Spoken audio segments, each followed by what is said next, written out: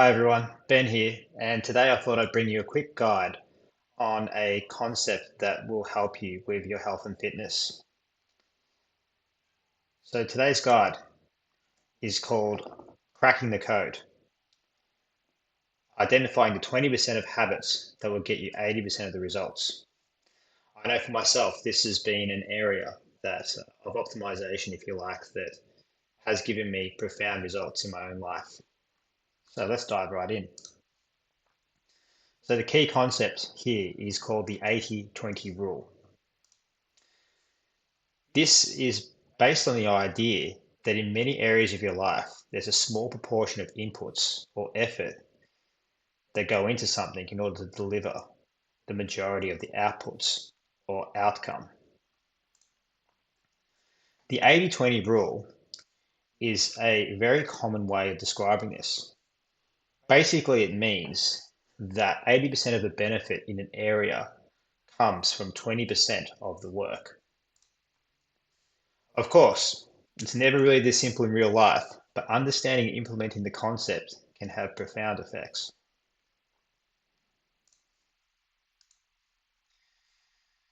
And I guess the main goal and the takeaway that I'd like you all to consider is what is the tipping point for each of these areas of your life where extra effort will lead to minimal benefit and also maybe at the cost of other things. So let's take a couple of simple fitness examples here.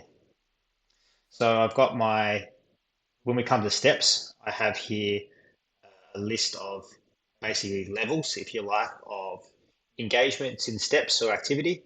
And I like to make it as an analogy to the healthy eating pyramid. So you can see there, the red on the bottom is really kind of the bare minimum. That would be similar to your fruits and your vegetables in your pyramid. And then up into your amber and your lighter green would be where you have your eggs and your breads and some spreads, and then the green at the top is the chocolates and the just the extra little bit on top that you need. And so a lot of times we may really want to go for the chocolates, but it may not necessarily be to the benefit of everything else that's happening in our lives, or even to that task.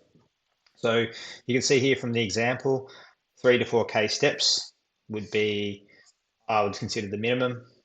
Um, it's basically basic human activity, and kind of can have all of its basic recovery benefits and health benefits.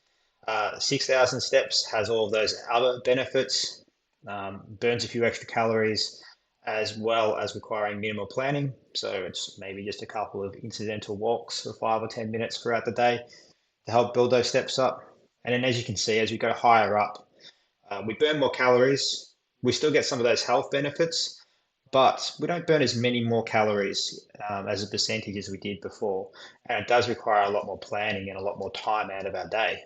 And so you can probably see for everyone, uh, there would be necessarily a tipping point here. In my own fitness journey, recently I've gone from 15,000 steps down to 10 to 12,000 because just the extra half an hour's effort of getting those 3 or 4 thousand steps in, usually towards the end of the day, just wasn't worth it. When I'm looking at other areas of my life, I was getting good recovery, good calorie burn. I was still able to eat a lot, maybe not as much as I would on 15,000, but it was a good compromise. And so for you guys, maybe that's something you want to think about when it comes to your own step planning. When it comes to meal planning, you can look at a similar pyramid here. So with meal plans, you could have the bare minimum, which is your core healthy staples only. I know we went through our top 6 foods with you all that you should have in your fridge and cupboard. Um, or maybe you could extend it out to the top 10. So that's basically it. Obviously, very low effort, but very low variety as well. And you can see as you go up, you're looking at more planning, um, more ingredients to buy, and more time spent preparing the food as well. But the benefits are greater variety of food, um, which for some people will be more important than for others. And so for individuals, you need to be able to find where that tipping point is for you. So for some people, it is around that flexible plan. Um, for me, it's been somewhere between flexible and simple. But I know for other people, where food is a really important part of their life, something they really enjoy, it's more towards the flexible and full. So finding this out for you as an individual is really important. And also understanding if you have a busy week where maybe a lot of these other areas of your life are down in the red, what you're willing to accept in terms of meal planning as well to be able to allow time for those other areas. So there are a couple of the pyramids that we'd like to have, and examples of how to find the tipping points and what the levels of each pyramid would look like. So how many of these pyramids or how many of these key areas of health and fitness would you have? I would consider there to be four foundational pillars. These could be simply put as sleep and recovery, daily macro and calorie targets, steps and activity, and of course, relaxation and sleep management. Now, there are some others, maybe they make up that 90% as well, but there are other areas which I consider added extras. So these include supplements, strict diet protocols, such as intermittent fasting or a ketogenic diet. This is talking for the majority of individuals, obviously. If there are certain people with health conditions that are using these protocols in different ways, then that is uh, that is totally fine. And optimize workout routines, it's particularly when we're looking at uh, losing weight.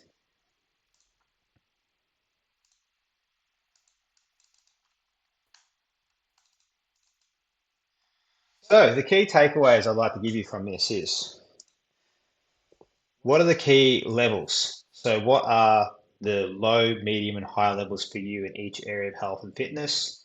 I laid them out there for the steps. I also laid them out for the food planning, but maybe those levels are slightly different for you as well. So identifying those levels for you is really important. Then from there, I'd like you to see what is the level which is the key tipping point for you. Now, this isn't necessarily the point you'd like to be at. It's the point that where you just can't see yourself putting in much effort consistently. Maybe once in a while you want to prepare lots of great food just to mix it up a little bit, and that's fine. And then perfectionism. It's not about being near perfect for everything, but about putting the optimal amount of effort and time and energy you have available. So this is really about, this is what it sort of comes down to. We've talked about a very sort of intellectual topic here today with the 80-20 rule. But at some point, you're going to have to realize that there is this tipping point and there is an emotional part of it here too, where you know you can do more in that one area of your life, but you also know that you probably have other areas where you need to at least reach that tipping point before you can go on to this area. And so being able to know that you're not going to get the benefit, be able to be okay with that emotionally, and then focus onto something else is a key part of this program as well, a key part of this system building. And so these pyramids, these areas can be broken down, can be added to other areas of your life as well when it comes to hobbies, relationships, finances, work. There are these tipping points for each area of your life, and so really identifying this helps you create focus because it helps you focus on the main areas that get you the majority of the benefit first, and it also helps you to know when to say no for that day to extra things that may give you benefit, but are not as proportional to the effort required. And so that's it, guys. Very quick. Just what I want to crystallize an idea that I've talked to you all about. Please, if you have any other questions, let me know. Reach out to me. And otherwise, I will talk to you all soon. Peace.